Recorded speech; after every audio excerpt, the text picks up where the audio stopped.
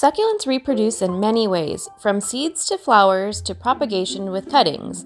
Some succulents reproduce in a rather unique way by creating tiny versions of themselves.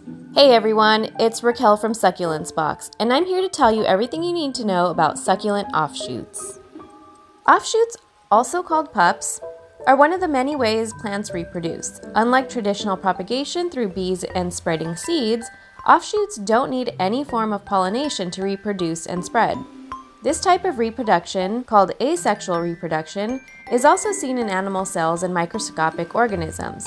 Because there's no DNA mixing, these offshoots have the exact same genetic information as their mother plant.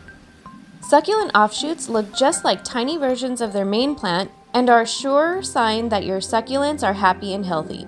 Succulents usually reproduce offshoots during their growing seasons to spread out, giving the system access to more light, nutrients, and space to grow.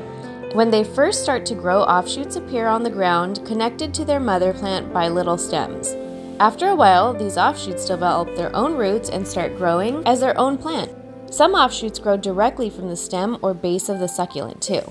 Tons of succulents reproduce with offshoots, many of which are monocarpic, so they flower right before they die.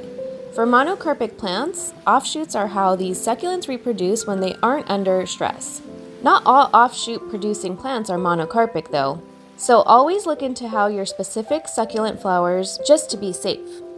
Offshoot succulents are the best way if you're looking to get started with succulent propagation. To propagate succulent pups, you'll need a clean, sharp pair of scissors or a knife, gardening gloves, since some of these succulents like agave have toxic sap, a fresh pot, potting soil, preferably the same mix you use for your mother plant, coconut coir to help retain moisture. Remember, only propagate during the growing season so your succulents have plenty of energy to recover from making your cuttings and further growth. When you separate your offshoot from the mother plant, you're going to want to find the stem or lateral roots where the offshoot grows from.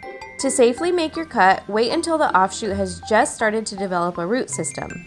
Then you won't have to worry about your offshoots not taking root. If you're working with offshoots that grow from the stems or base of the plant, wait until your offshoot is about 1 inch in diameter before you remove them from the mother plant. Just like propagating any other plant, give both your mother plant and your cuttings a day to callus over before repotting or planting. Once your offshoots have calloused over, get them ready for planting in your fresh pot with fresh soil. For rootless cuttings, I like to dip a bit of rooting hormone over the calloused area to encourage growth.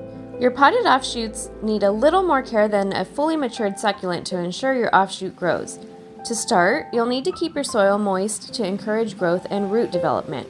Mist your offshoot whenever the soil gets dry. To help retain water, add a little bit of coconut coir to the top layer of the soil. Keep your freshly planted offshoots near a south-facing window to make sure that they don't get burnt, but still receive at least 8 hours of light. Thank you so much for watching this video. If you enjoy this kind of content and want to see more, please give this video a like and subscribe to see more stuff from us. Thanks for watching and happy gardening. For more, you can find us at succulentsbox.com or on YouTube, TikTok, Facebook, Instagram, and Pinterest.